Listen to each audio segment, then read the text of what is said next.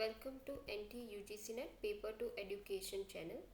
अगर आप न्यू है और सब्सक्राइब नहीं किया then do like and subscribe my channel that is NT-UGC NET paper two education, ताकि जब भी मैं आपके लिए नए कोर्सेज या फिर नए टॉपिक्स लेके लाऊं तो आपको टाइम टू टाइम नोटिफिकेशन मिलती रहे।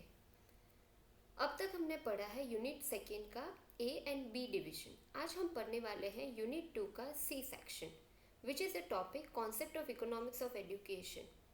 So without further ado, let's just start with today's session. Now you could see over here in unit number 2 C section, that is concept of economics of education, what we have to study? We have to study cost benefit analysis versus cost effective analysis in education. क्योंकि हमारा subject ही education है तो उसके लिए हमें ये पढ़ना है कि कैसे कॉस्ट के सामने बेनिफिट होते हैं, एजुकेशन के पीछे जो भी कॉस्ट हुए हैं उसके सामने बेनिफिट्स कैसे हुए हैं, उसका एनालिसिस कैसे होता है, उसके स्टेप्स कैसे होते हैं एंड उसी के साथ कॉस्ट इफेक्टिवनेस क्या है। फिर दूसरा टॉपिक हम इसी में पढ़ेंगे economic returns to higher education, फिर signalling theory and human capital theory है, concept of educational finance at micro level and macro level भी है एंड कॉन्सेप्ट ऑफ बजटिंग। यानी कि यूनिट नंबर सेकेंड के सी पोर्शन में हमें ये सारे 6 के 6 टॉपिक पढ़ने हैं। So let's start with today session. सबसे पहले तो देख लेते हैं कि इकोनॉमिक्स ऑफ एजुकेशन किसे कहते हैं। तो as you can see in the slide, economics of education is the application of economic principles and concepts और laws to the process of education. I hope friends कि मैंने जो ये लिखा है वो आपको विजिबल भी है और इसी आपको हेल्प हुए, इसी वजह से मैंने ये पेन का मार्क करती जा रही हूँ एंड रीड करती जा रही हूँ ताकि आपको पता चले कि कहाँ पे मैं रीड कर रही हूँ। So once again let's just see economics of education किसे कहते हैं। तो एक वो एप्लीकेशन है कौन सी चीज़ की, तो इकोनॉमी मतलब पैसे से रिलेटेड या फाइनेंशियल बात की है। फाइनेंशियल रिलेटेड प्रिंसिपल्स हो गए, कॉन्सेप्ट हो गया, लॉज हो गए, एजुकेशन से रिलेटेड वो सारे, तो उसे हम कहेंगे इकोनॉमिक्स ऑफ एजुकेशन। फिर सेकेंड पॉइंट कहता है it is the study of how educational managers make official और approve choices from scarce available resources which is meant for the realisation of the best possible educational outcomes. Detail में देखते हैं। Third point, in its global sense, economics of education could be regarded as that branch of economics that relates to the various aspects of economics to education with the aim of ensuring efficiency in the allocation and utilization of resources in education। यानी कि जो भी हमारे पास available resources है उसमें से optimum या best utilisation हम किस तरीके से करते हैं, यानी कि खर्चा कम और एफिशिएंसी ज़्यादा, उस तरीके से हमें एजुकेशन को बेहतर बनाना है। और इस वजह से ये टॉपिक दिया गया है कि इकोनॉमिक्स ऑफ एजुकेशन, यानी कि एजुकेशन सिस्टम में किस तरीके के खर्चे करने हैं, कौन से रिसोर्सेज जो एलोकेट कर सकते हैं, यूटिलाइज कर सकते हैं जो कि कम मात्रा में है लेकिन उसका हमें जो गोल है वो अचीव करना है, यानी कि कॉस्ट इफेक्टिवनेस भी हमें ध्यान में देनी है। फिर देखते हैं principles of economics of education. Principles of economics यानी कि सर्टेन रूल्स एंड रेगुलेशंस या किसको अफेक्ट करता है ये पर्टिकुलर कॉन्सेप्ट। तो स्टेक होल्डर हो गए, लिमिटेड रिसोर्सेज एक एलिमेंट आ गया, म्यूचुअल डिपेंडेंट रिलेशनशिप हो गया, इंडस्ट्री को भी एजुकेशन को एक इंडस्ट्री के तौर पे भी देखा जाता है। फिर एम्स ऑफ एजुकेशन आप देख लो, education as investment, returns of education, education for economic growth, returns of education and impact on productivity. इन सभी का अगर जिस्ट बनाना हो तो हम कह सकते हैं कि maximum utilization at minimum cost. और ये कौन सी चीज़ की बात कर रहे हैं, तो जो भी रिसोर्सेज हमारे पास अवेलेबल है एजुकेशन में, तो वो सभी रिसोर्सेज को बेस्ट पॉसिबल वे में कम खर्चा करके अच्छी तरीके से प्रोवाइड करने का काम करना है। अब देखते हैं, देखो अब हम एक्चुअल टॉपिक पे आते हैं। कॉस्ट बेनिफिट एनालिसिस, ये तो मैंने आपको concept of economics of education का एक बेसिक ब्रीफ ओवरव्यू दिया कि इकोनॉमिक्स ऑफ एजुकेशन क्या है. Now the real topic starts. Cost benefit analysis versus cost effective analysis in education.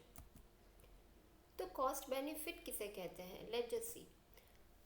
Cost benefit analysis is an economic analysis technique that measures all the positive, beneficial, and negative costly consequences of an intervention or program in monetary terms.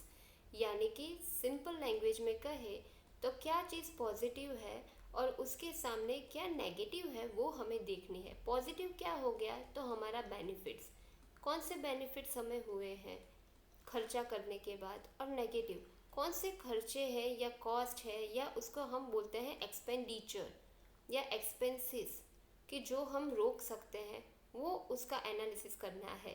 तो सारे positive factors के सामने negative factors को रख के उसका result क्या आता है मॉनेटरी टर्म्स में, वो देखने का काम हम कहते हैं कॉस्ट बेनिफिट एनालिसिस. फिर कहते हैं the valuation of all program outcomes in monetary units allows decision makers to directly compare the outcome of different types of intervention.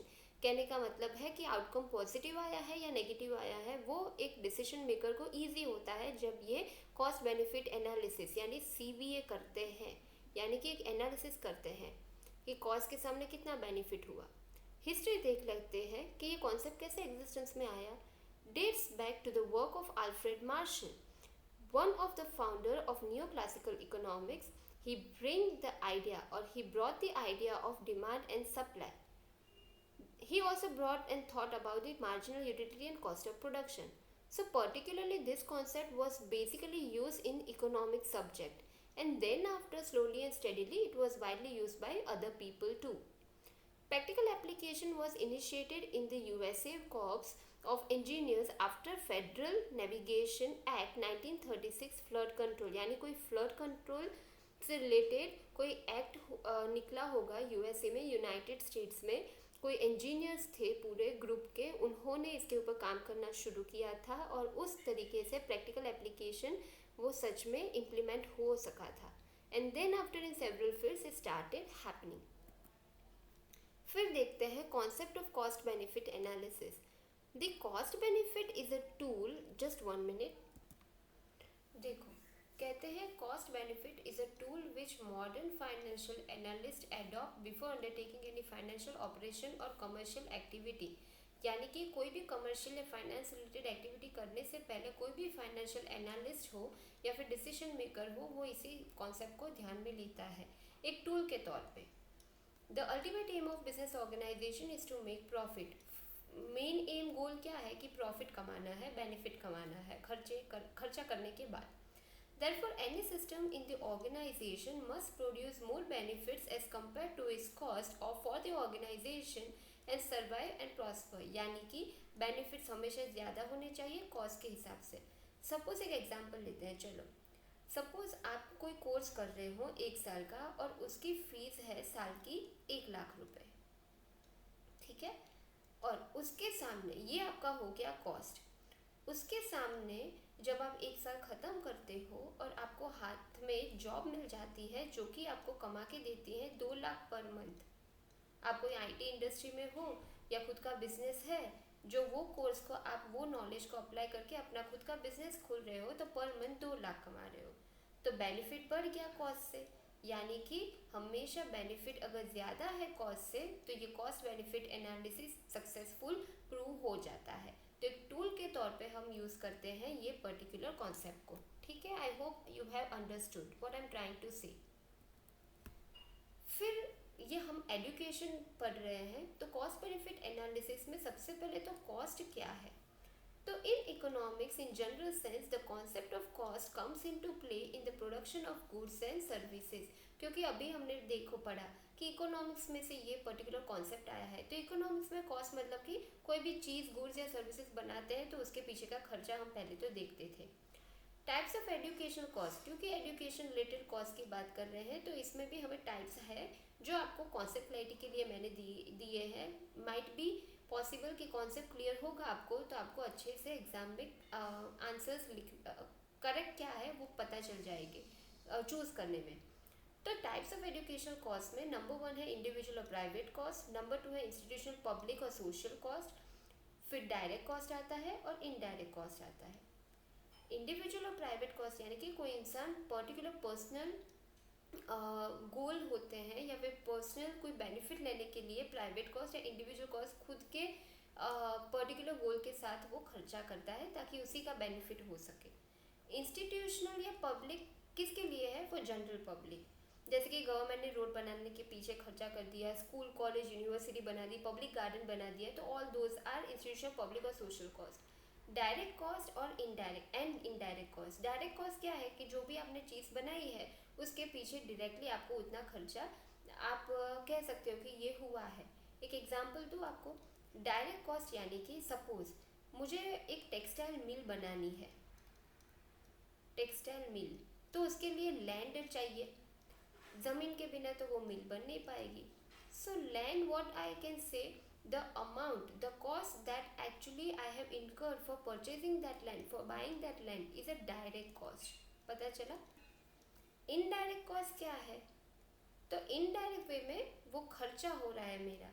Suppose मैंने चीज़ें बना ली, अब एक पर्टिकुलर जगह से मुझे दूसरी पर्टिकुलर जगह पे या मार्केट प्लेस पे ले जानी है, तो रास्ते में मुझे पता चला कि टोल प्लाज़ा जो होता है या टोल नाका होता है वहाँ पे मुझे टोल टैक्स या फिर रोड टैक्स भरना पड़ेगा। तो ये भी तो एक इनडायरेक्ट टैक्स है। मार्केट पे पहुँचाने की वो जो मेरी चीज़ है, एक जगह से दूसरी जगह पर मैंने अपने प्रोडक्ट्स पहुँचाने हैं, तो बीच में रोड सर्विस तो मैंने गवर्नमेंट की यूज़ की, तो गवर्नमेंट कहते हैं भाई मेरा रोड टैक्स आप दो, तो that road tax is nothing but indirect cost. ठीक है। फिर आता है social cost and private cost. Direct cost में देखो, एजुकेशन फील्ड से मैंने बोला है, टीचर की सैलरी हो गया, अदर करंट एक्सपेंडिचर और for scholarship on goods and service, किसी बच्चे को स्कॉलरशिप दे दी, डोनेशन दे दिया, टीचर की सैलरी हो गई, ये सब direct cost. Expenditure on books हो गया, इम्प्यूटेड रेंट, कहीं पे अगर आपने कोई चीज़ भाड़े पे रखी है, यानी कि कोई इंस्टीट्यूशन हो गई, कोई रूम हो गई, कोई एजुकेशन फैसिलिटी हो गई, तो all those are direct cost. And private cost यानी इंडिविजुअल लेवल पे फीस हो गया, बुक्स हो गई, ट्रैवल कॉस्ट हो गया and all. Indirect cost, earnings forgone, खर्चा तो कर दिया लेकिन उसका रिटर्न आने की कोई शक्यता नहीं है, तो अर्निंग फॉरगॉन। तो this is how we can say direct and indirect cost are there. फिर देखते हैं यूनिट कॉस्ट। यूनिट कॉस्ट यानी कि per unit, cost per unit education में, तो वो पर स्टूडेंट भी होता है, पर ग्रेजुएट भी होता है, पर क्रेडिट भी होता है। It means the total number of student or learners enrolled in a course in a particular year। हम हर साल एक ही साल का लेना है हमें यूनिट कॉस्ट, 10-10 साल का हम नहीं ले सकते। एक्यूरेट रिजल्ट लाना हो तो यूनिट कॉस्ट हम एवरी ईयर का ही लेते हैं। तो इंस्टीट्यूशन का लेना है तो total number of students enrolled in a course upon 1 year, और पर स्टूडेंट देखना हो तो पर स्टूडेंट अपॉन 1 ईयर। ठीक है। Cost per student upon 1 year. तो कॉस्ट पर देखो यहाँ पे वही है, यूनिट कॉस्ट ऑफ एजुकेशन हमें अगर एक स्टूडेंट का, वन स्टूडेंट का या वन लर्नर का ही अगर हमें काउंट करना है तो फॉर्मूला क्या रहेगी? Total expenditure upon total enrolment. Total expenditure किसका लेना है? वो वन स्टूडेंट का ही, एंड अपॉन टोटल एनरोलमेंट, साल में कितने बच्चे टोटल एडमिशन लिया है या एडमिट हुए हैं, एनरोल हुए हैं, वो लेना है। Cost per learner actually attending the school, तो टोटल एक्सपेंडिचर वैसा का वैसा upon number of students attending the class, तो आपको एक्चुअली अटेंडिंग कितने कर रहे हैं वो पता चल जाएगा। कॉस्ट पर सक्सेसफुल लर्नर, तो टोटल एक्सपेंडिचर लेना है अपॉन पास आउट लर्नर्स का टोटल हमें नंबर देना है। पर कैपिटा चाहिए तो total expenditure upon total population. So this is how certain in a certain way we can find out unit cost. फिर देखते हैं मीनिंग ऑफ कॉस्ट और expenditure from the point of view of individual. अब individual के point of view से क्या देखना है? Cost refers to the amount of money spent during a particular period, generally a year, to acquire education. जो मैंने अभी समझाया वही है, तो ये स्किप करते हैं।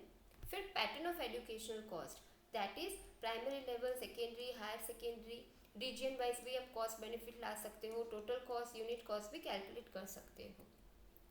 अब देखो मोस्ट इम्पॉर्टेंट है, 110% पॉसिबिलिटी है that in this particular net examination steps पूछे जा सकते हैं इन अ सीक्वेंस ऑर्डर। तो आपको अगर पता हो तो it will be well and good. तो एक बार आप लिख लेना अपनी नोटबुक में। Let's study the cost benefit analysis steps in the process of doing that analysis. Number 1 है स्पेसिफाई क्लियरली द प्रोजेक्ट और प्रोग्राम। किस चीज़ का आप कॉस्ट बेनिफिट एनालिसिस निकालने वाले हो। सबसे पहले आपको प्रोजेक्ट या प्रोग्राम देखना है। फिर कहते हैं describe quantitatively the inputs and outputs of the programme. Inputs and outputs मतलब कि स्टूडेंट पर इंस्टीट्यूशन, किस पर्टिकुलर प्रोग्राम में कौन से पर्टिकुलर एलिमेंट्स को क्वांटिटेटिवली आप देखना चाहते हो, that you have to determine. फिर थर्ड हो जाता है एस्टिमेट। थर्ड है estimate the social cost and benefits of this input and output. Social cost अभी ही बोला मैंने, जो कि एक पर्टिकुलर इंडिविजुअल के लिए नहीं, इंस्टीट्यूशन का निकाल रहे हो तो सारे ही बच्चे आ जाएंगे। या बेनिफिट क्या हो रहा है सोसाइटी को, और खर्चा कितना किया हमने वो सोसाइटल डेवलपमेंट के लिए, वो हमें एस्टिमेट लगाना है। एंड देन ये कंपेयर करना है कि कितना कॉस्ट एंड बेनिफिट हुआ है। ठीक है, so 4 steps are there. Cost effectiveness भी है हमारे टॉपिक में, वो भी देख लेते हैं। The cost effectiveness approach is more appropriate at the level of institution, the classroom, or even the lectures delivered in the classroom. At as such levels, objectives can be more precisely defined. It's very simple. It is given. Effectiveness क्या है? In order to determine the cost effectiveness, whether it is at the institution level, classroom level, or at the student level, what we are doing by doing cost benefit analysis, we are into a situation or we will be into a situation where we can determine कि इसकी effectiveness क्या हुई है student के ऊपर, institution के ऊपर, society के ऊपर and overall nation के ऊपर। ठीक है, national level। तो ये हमें cost benefit analysis से पता चलता है। दोनों के बीच में differences देख लेते हैं। Cost benefit analysis is a term that refers to helping to assess or appraise the case for a project, program, or policy approval and approach to making the economic decisions of any kind. Cost benefit analysis मतलब कोई financial या money related decisions कोई भी type का करना हो तो ये टूल या ये पर्टिकुलर प्रोसेस काम करता है। कॉस्ट इफेक्टिवनेस एनालिसिस उसके सामने वो डिफरेंट है कॉस्ट बेनिफिट एनालिसिस के, जो कि फोकस करता है monetary value to measure the effect. कौन सी इफेक्ट हुई है, कैसी इफेक्ट हुई है, societal, national, institutional, personal level पे क्या डेवलपमेंट हुआ है, क्या इफेक्टिविटी रही है ये खर्चा करने के बाद, या क्या इम्प्रूवमेंट आया है, वो सब देखने का काम का जो कॉन्सेप्ट है उसे कॉस्ट इफेक्टिवनेस एनालिसिस कहते हैं। Cost effective analysis is often used in the field of health services where it can be inappropriate to monetize health effect. The most commonly used outcome measure is quality adjusted life years, QALY। ये economics की term है, but हमारे education field में अगर हम बात करें तो ये दो पॉइंट्स इंपॉर्टेंट हो जाते हैं कि cost benefit analysis and cost effective analysis दोनों का डिफरेंस बोला गया है। तो कॉस्ट बेनिफिट एनालिसिस ये है कि पर्टिकुलरली हमें समझ आता है कि क्या खर्चा किया है और उसके सामने बेनिफिट क्या हुए हैं, एंड कॉस्ट इफेक्टिव एनालिसिस हमें समझ में लाता है कि उसका इफेक्ट, आफ्टर इफेक्ट क्या हुआ है। So that is how we can say that both are inter related and both are important. एक एमसीक्यू कर लेते हैं। See below given are some general steps for undertaking cost benefit analysis. ये NTA का ही एग्जाम का question मैंने लिया है, देखते हैं आपको आता है या नहीं। सिर्फ 2 मिनट पहले ही हमने ये टॉपिक अभी ही पढ़ा है, so I hope you will be understanding. Steps दिए है देखो, describing quantitatively the input and output of programme, estimating the social cost and benefit, comparing the benefit and specifying the project. क्या आएगा? अभी ही मैंने बोला ये सीक्वेंस में नेट एग्जाम में पूछा जा सकता है इस बार क्वेश्चन, मोस्ट इम्पॉर्टेंट भी है। तो सीक्वेंस आपको अगर याद है तो आप अच्छे से समझ पाओगे। आई होप आपने डिटरमाइन कर लिया है कि सही आंसर क्या है। सी अभी हमने देखा सबसे पहले तो हमें स्पेसिफाई क्लियरली करना है कि क्या प्रोग्राम और प्रोजेक्ट है। तो ये तो हमारा फर्स्ट पॉइंट आ गया। तो ये कौन सा है? डी। तो सबसे पहले क्या आता है? डी। फिर second, estimate the social cost and benefit. तो कंपेयर तो उसके हम बाद में ही होता है, सबसे पहले तो हमें ध्यान देना पड़ेगा कि डिस्क्राइब कैसे करते हैं क्वांटिटेटिवली। सेकेंड पॉइंट है input and output of the programme and project. Input output मतलब इंस्टीट्यूशन पे देखना है, पर लर्नर के ऊपर यूनिट कॉस्ट देखनी है या किस तरीके से। तो सेकेंड हमारा आता है ए। फिर थर्ड अपना ऑप्शन आएगा बी, यानी कि हम सोशल बेनिफिट्स या सोशल कॉन्सेप्ट बेनिफिट्स या कॉस्ट को ध्यान में लेते हैं। एंड लास्ट में क्या आएगा? कौन सा बच गया? तो कंपेयर करना बेनिफिट्स एंड कॉस्ट। तो डी ए बी सी कहाँ पे है? हाँ, ये रहा D A B C. So this is nothing but we can say the correct option is the second one, that is DABC. So this is how we can say, if you have got the correct answer, then you have totally focused upon your study and you will definitely going to score good marks. So with this, it's a wrap for today's session. Thank you so much for listening to me, for understanding the concept with me. Do like and subscribe the channel, that is NTA UGCNet Paper 2 Education. Till the next time, keep learning, keep achieving, and do let your friends know about this channel so that they can also get help from this channel and they can also prepare well along with you. And all the best for your upcoming examination. मैं time to time आपके लिए ऐसे courses लाती रहूँगी, ऐसे topics लाती रहूँगी जो कि आपको एग्जाम में डायरेक्ट हेल्प हो सके। एंड दैट इज़ वाई मैं कहती हूँ do like and subscribe this channel, तो आपको टाइम टू टाइम नोटिफिकेशन मिलती रहे। Till the next time, thank you so much. Happy learning.